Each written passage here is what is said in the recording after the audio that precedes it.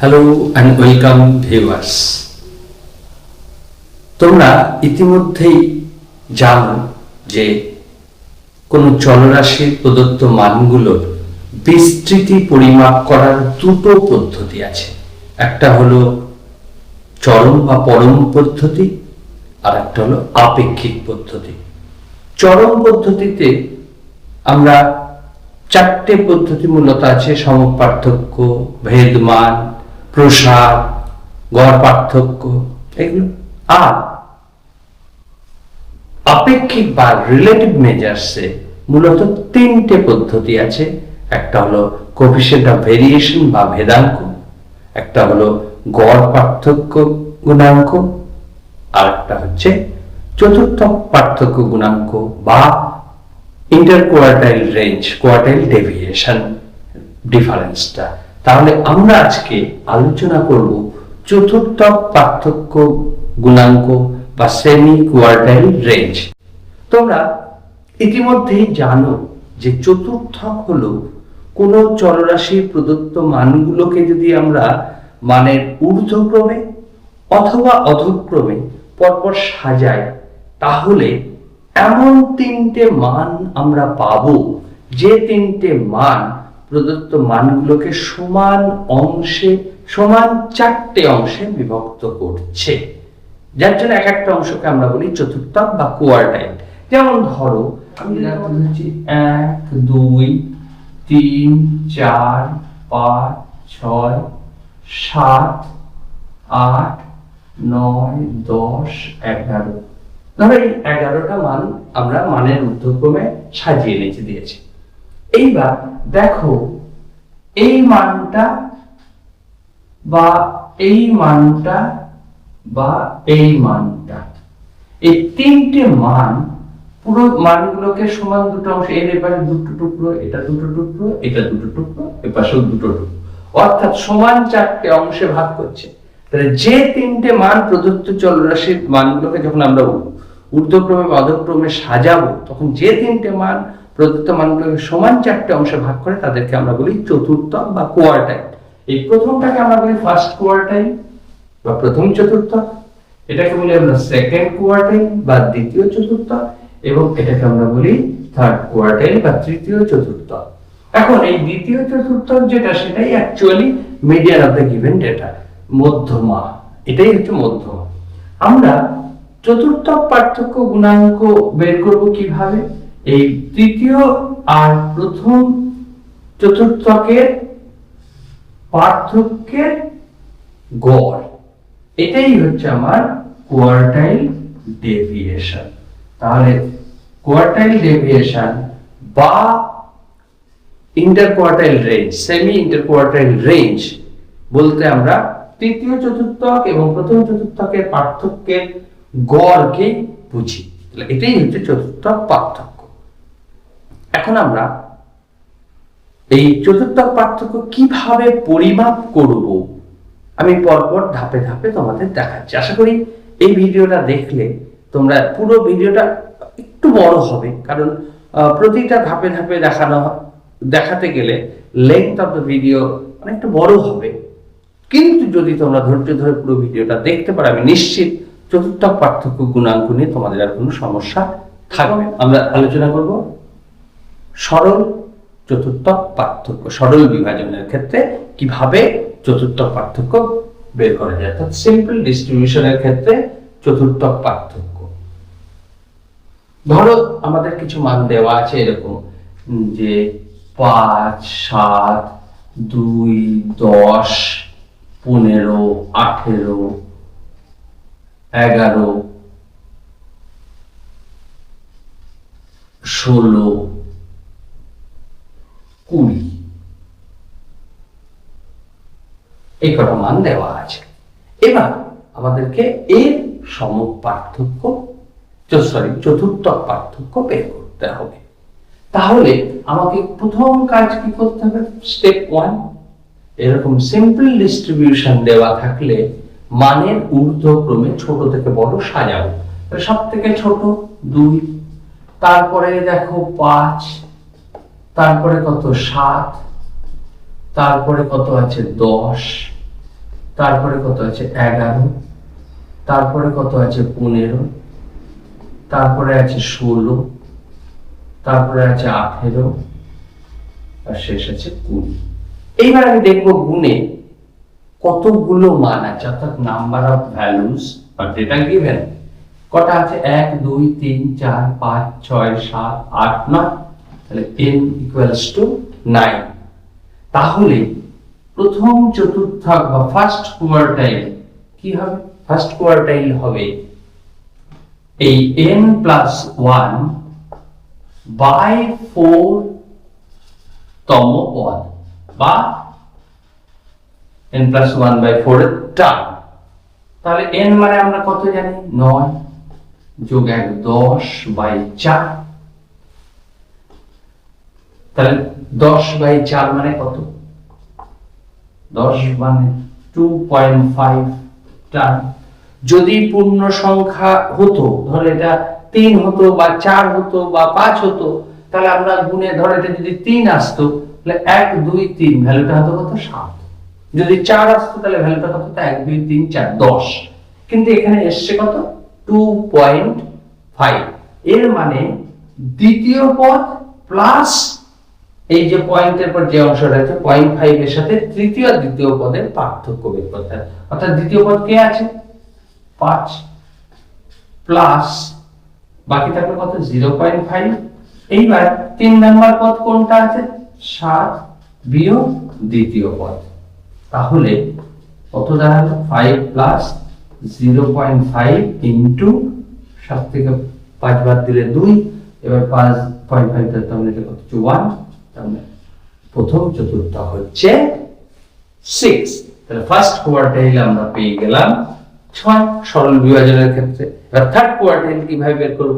Third কোয়ার্টাইলটা আমরা এখানেই দেখিয়ে দিচ্ছি। ধরো থার্ড কোয়ার্টাইলটা কি হবে, 3। তাহলে এখানে কত আসবে, 3 into n plus 1 by 4 টা। তার মানে কত হবে, 9 কে 10, 3 10 30 বাই 4। 30 বাই 4 মানে কত, 428, 7.5 এর টার্ম। তাহলে 7 নাম্বার পদ। এবার তাহলে কোনটা আসবে, 7 নাম্বার পদ আসবে। 7 নাম্বার পদ গুণে দেখো, 1 2 3 4 5 6 7।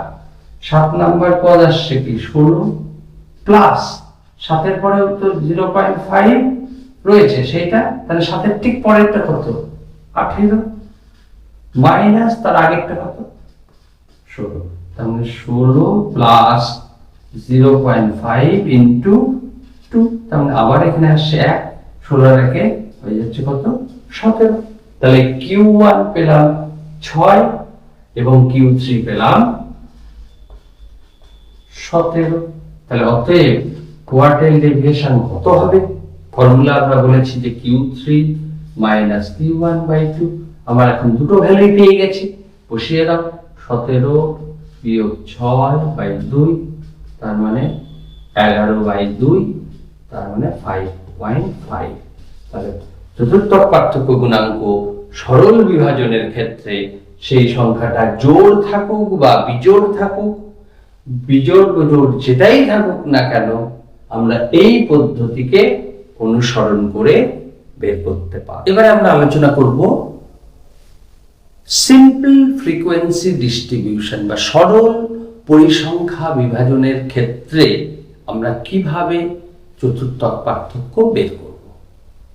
সেক্ষেত্রে আমি তোমাদের একটা উদাহরণ দিয়ে দেখাচ্ছি। ধরো বোর্ডে দেখতে পাচ্ছ একটা পরিসংখ্যা, সরল পরিসংখ্যা বিভাজন দেওয়া আছে, x এর ভ্যালু 100 200 300 400 500 এইভাবে, এবং তার প্রত্যেকটা পরিসংখ্যা দেওয়া আছে। তাহলে এই ক্ষেত্রে কিভাবে বের করব? আমরা প্রথমে কলাম ওয়াইজ x আর f প্রথমে লিখে নেব।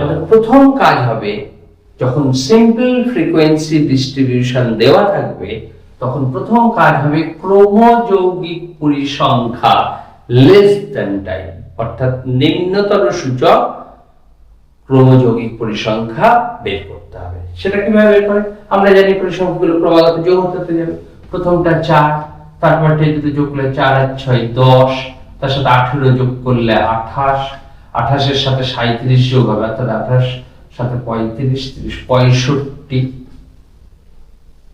তার সাথে 40 যোগ হবে 105, তার সাথে 22 যোগ হবে 127, তার সাথে 28 যোগ হবে 155, তার সাথে 26 যোগ হবে তাহলে 181, তার সাথে 12 যোগ হবে 193, তার সাথে 6 যোগ হবে 199। এটা যোগ করে দেখো এখানেও 199, এটাই আমাদের n। তাহলে চতুর্থক পার্থক্য বের করতে গেলে প্রথম চতুর্থক পার্থক্য Q1টা কি হবে? n প্লাস 1/4 এর টার্ম। তাহলে n মানে কত? 199 প্লাস 1, 199 যোগ 1 মানে 200/4, 200/4 মানে কত? 50তম পদ, 50 এর টার্ম বা 50তম পদ। তাহলে 50টা এবার ক্রমযৌগিক পরিসংখ্যায় কার মধ্যে 50 আছে এটা দেখো। নিশ্চয় 4 এ নেই, 10 এ নেই, 28 এ নেই, এই 65 এর মধ্যে 50টা আছে। 65 মানে x এর ভ্যালু কত? 400। তাহলে প্রথম চতুর্থক হবে 400। এবারে আসি থার্ড কোয়ার্টাইল। একই ফর্মুলাটা 3 into n plus 1/4 এর টার্ম। তার মানে আবার তাহলে n মানে 199 যোগ 1 200/4 মানে 50 into 3 50, তার মানে 150 এর টার্ম, 150তম পদ। তাহলে 150টা আবার এবার খুঁজে দেখো 150টা কোথায় আছে। 150টা এখানে যেমন Q1 ছিল, 150 কার মধ্যে আছে? এই দেখো 155 এর মধ্যে। 155 মানে কত? 155 মানে হচ্ছে 700 ভ্যালু। তাহলে থার্ড কোয়ার্টাইল হচ্ছে, এটা ছিল আমার ফার্স্ট কোয়ার্টাইল, এটা হলো থার্ড কোয়ার্টাইল। তাহলে কোয়ার্টাইল ডেভিয়েশনটা কি হবে? অর্থাৎ চতুর্থক পার্থক্য গুণাঙ্ক আমি দুটো ভ্যালু পেয়ে গেছি, Q3 - Q1/2। Q3 মানে 700, Q1 মানে 400/2, তার মানে 400 থেকে 700 থেকে 400 বাদ দিলে 300, 300 কে 2 দিয়ে ভাগ করলে 150। তাহলে চতুর্থক পার্থক্য গুণাঙ্ক হচ্ছে 150। তাহলে সিম্পল ফ্রিকোয়েন্সি ডিস্ট্রিবিউশনের ক্ষেত্রে স্টেপ 1 আমাকে কিউমুলেটিভ ফ্রিকোয়েন্সি বের করতে হবে। স্টেপ 2 কিউমুলেটিভ ফ্রিকোয়েন্সি বের করার পরে আমাকে এই যে লাস্টে যেটা হবে এটাই অ্যাকচুয়ালি n, এই n প্লাস 1/4 এর টার্মটা বের করতে হবে। কোথায় CF এ আছে সেটা আমার Q1 ভ্যালু। একই রকম 3n প্লাস 1/4 এর টার্মটা বের করতে হবে, সেটা আমার Q3 ভ্যালু।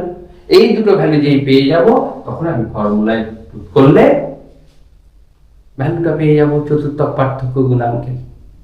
এবারে আমরা আসবো সিম্পল ফ্রিকোয়েন্সি ডিস্ট্রিবিউশনের ক্ষেত্রে যেমন দেখলাম, গ্রুপ ফ্রিকোয়েন্সি ডিস্ট্রিবিউশন দেওয়া থাকলে কিভাবে বের করতে হবে চতুর্থক পার্থক্য। অর্থাৎ শ্রেণীবদ্ধ পরিসংখ্যা বিভাজনের ক্ষেত্রে চতুর্থক পার্থক্য বের করার জন্য প্রথমে আমাকে দেখতে হবে প্রদত্ত মানগুলো শ্রেণী সীমা না শ্রেণী সীমানায় দেওয়া আছে, অর্থাৎ ক্লাস লিমিট না ক্লাস বাউন্ডারিতে দেওয়া আছে।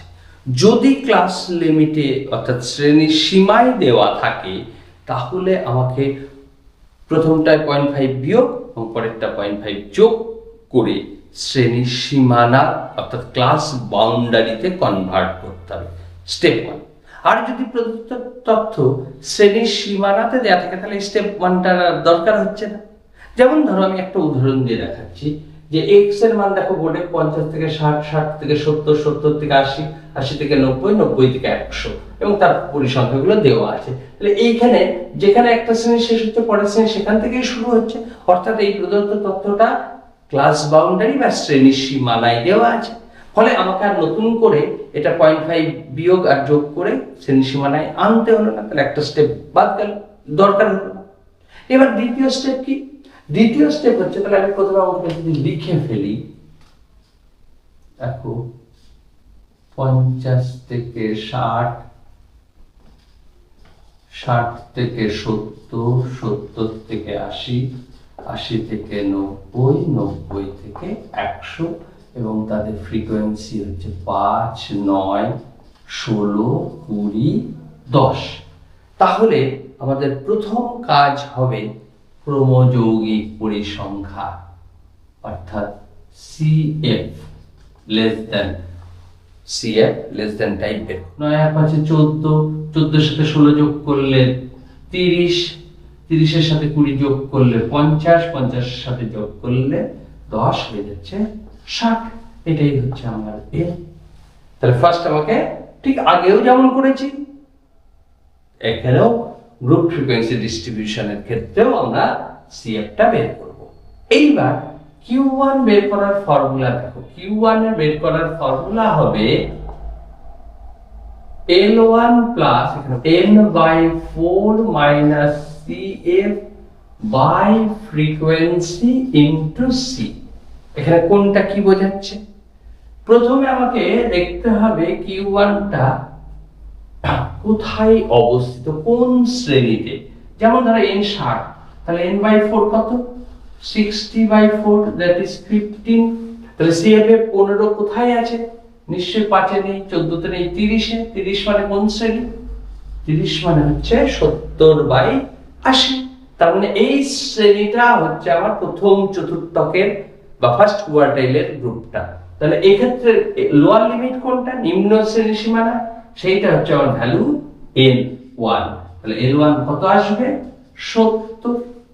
এবং n/4 তো বের করেছি, CF মানে বেরোবে। CF কোনটাকে বোঝাবে?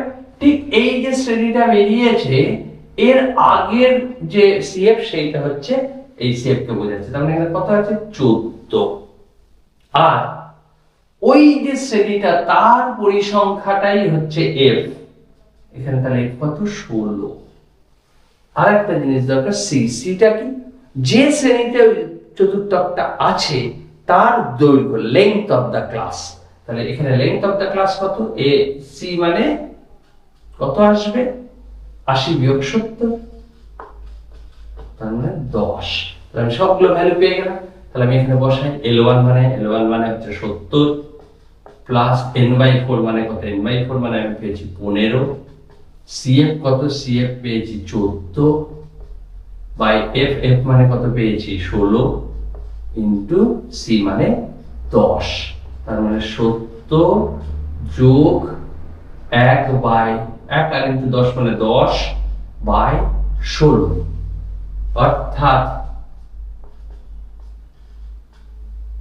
70 যোগ 5/8 এটা আসছে। তাহলে 70 প্লাস এটা যদি 8 দিয়ে ভাগ করি 0.625, তাহলে 70.625 হবে আমার ফার্স্ট কোয়ার্টাইল বা Q1। তাহলে একই ভাবে আমরা এবার Q3টা বের করব। Q3 সময় ফর্মুলাটা কি চেঞ্জ হয়ে যাবে? Same formula. Q3 সময় ফর্মুলাটা দাঁড়াবে এইটা এবং এখানে হবে 3n/4, আর সব সেম। তাহলে আমাকে প্রথমে দেখতে হবে Q3 মানে 3n/4টা কোথায় আছে? 3n/4 মানে কত আসবে? 3 গুণ 60/4, তার মানে 3 পূর্ণ 45। তাহলে 45 মানে কোথায় আছে? দেখো 50 এর মধ্যে। তাহলে এই 50 মানে কোন শ্রেণী? 80 থেকে 90। তার L1 কত? তার নিম্ন সীমা হচ্ছে 80। তার আগের CF-টা কত? তার আগের CF-টা হচ্ছে 30, অর্থাৎ CF দাঁড়ালো 30। আর ওই শ্রেণীর পরিসংখ্যা কত? 20। আর ওই শ্রেণীর দৈর্ঘ্য কত? 90 বিয়োগ 80, 10ই হচ্ছে। তাহলে Q3 কত বেরোবে? Q3 বেরোবে, ফর্মুলাটা আমরা লিখি L1 plus 3n/4 minus CF by F into C। তার মানে L1 কত জন এসছে? L1 80। 80 প্লাস 45 মাইনাস CF কত? 30 বাই F মানে কত? F মানে এসছে 20 ইনটু C মানে 10। তাহলে 0 0 কেটে গেল। তাহলে 80 প্লাস এখানে কত আসছে? 15। 30 থেকে 45, 15/2, 15/2 মানে কত? 7.5, তাহলে ইকুয়ালস টু 87.5। তাহলে দেখো Q1 যেমন বেরিয়েছিল আমার 70.625, Q3 বেরোলো 87.5। তাহলে আমরা এই উপরে এখানে দেখাই কোয়ার্টাইল ডেভিয়েশন হচ্ছে Q3 মাইনাস Q1/2, তাহলে Q3 বেরিয়েছে 87.5 মাইনাস Q1 বেরিয়েছে 70.625 ডিভাইডেড বাই 2। তাহলে এখান থেকে তুমি অনায়াসেই ক্যালকুলেট করে বের করে ফেলতে পারবে। তাহলে শ্রেণীবদ্ধ পরিসংখ্যা বিভাজনের ক্ষেত্রে চতুর্থ পার্থক্য যদি বের করতে হয় আমাদের কি স্টেপ নিতে হবে? প্রথম, শ্রেণী সীমানায় না থাকলে শ্রেণী সীমানায় কনভার্ট করতে হবে। দ্বিতীয়ত, ক্রমযৌগিক পরিসংখ্যাগুলো বের করতে হবে, লেস দেন টাইপ। তৃতীয়ত, n/4 কত দেখে সে সিএফএ কোন জায়গায় সেই সিএফএ n/4টা আছে সেটা দেখতে হবে, এবং সেই শ্রেণীটাই হবে প্রথম চতুর্থকের শ্রেণী। তার নিম্ন সীমাটা হবে L1, তার ফ্রিকোয়েন্সিটা হবে f, ঠিক তার আগের সিএফটা হবে এই ফর্মুলার সিএফ, এবং এই শ্রেণীর প্রসার বা দৈর্ঘ্যটা হবে সি। ফর্মুলায় বসালে আমরা Q1 পাবো। ঠিক একই রকম Q3 এর ক্ষেত্রে কি হবে? আবার আমরা ফর্মুলায় দেখব 3n/4 কত, তার সেইটা কোন সিএফ এ আছে এবং সেই অনুযায়ী কোন শ্রেণী পড়ছে, তার নিম্ন শ্রেণী সীমা কত বের করব, যেমন এটা 80, এবং তার ঠিক আগের সিএফটা কত, এখানে যেমন 30, এবং তার পরিসংখ্যা কত f, সেটা 20, এবং ওই শ্রেণীটার দৈর্ঘ্য অর্থাৎ শ্রেণী সীমানা মাইনাস নিম্ন শ্রেণী সীমানা, সেটা করলে আমরা পাচ্ছি 90 - 80 মানে 10। এবার আমরা আবার ফর্মুলায় বসিয়ে দিলে ভ্যালু পেয়ে গেলাম Q3। তাহলে Q1 পেয়ে গেলাম, Q3 পেয়ে গেলাম, তাহলে অটোমেটিক্যালি Q3 মাইনাস Q1/2 এই ফর্মুলায় বসিয়ে দিলেই পাবো। তাহলে আমরা কি দেখলাম? সরল বিভাজন বা সিম্পল ডিস্ট্রিবিউশনের ক্ষেত্রে কিভাবে চতুর্থ পার্থক্য বের করব। দ্বিতীয় দেখলাম সরল পরিসংখ্যা বিভাজন অর্থাৎ সিম্পল ফ্রিকোয়েন্সি ডিস্ট্রিবিউশনের ক্ষেত্রে কিভাবে চতুর্থ পার্থক্য বের করব। আর তৃতীয় ধাপে আমরা দেখলাম শ্রেণীবদ্ধ পরিসংখ্যা বিভাজন গ্রুপ ফ্রিকোয়েন্সি ডিস্ট্রিবিউশনের ক্ষেত্রে শ্রেণী সীমা অথবা শ্রেণী সীমানা যাতেই দেওয়া থাক না কেন সেখানে আমরা কিভাবে চতুর্থ পার্থক্য বের করব। তাহলে আশা করি আজকের এই ভিডিও থেকে তোমরা চতুর্থ পার্থক্য কি এবং এটা কিভাবে পরিমাপ করা হয় তা পরিষ্কার বুঝতে পেরেছো। যদি ভিডিওটা ভালো লেগে থাকে তাহলে লাইক, শেয়ার এবং সাবস্ক্রাইব করার অনুরোধ রইল।